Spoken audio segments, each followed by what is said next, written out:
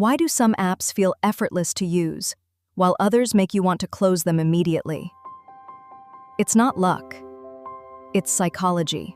Colors influence emotions before users even read a word. Blue builds trust. Green signals success. Red creates urgency. The right color guides decisions without saying anything. Fitz's law says, the bigger and closer a button is, the faster people can tap it.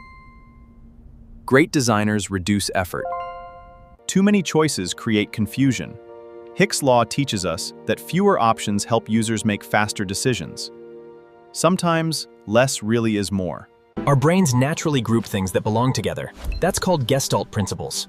Good spacing, alignment, and proximity make interfaces feel intuitive. Every extra button, every unnecessary word, adds mental effort.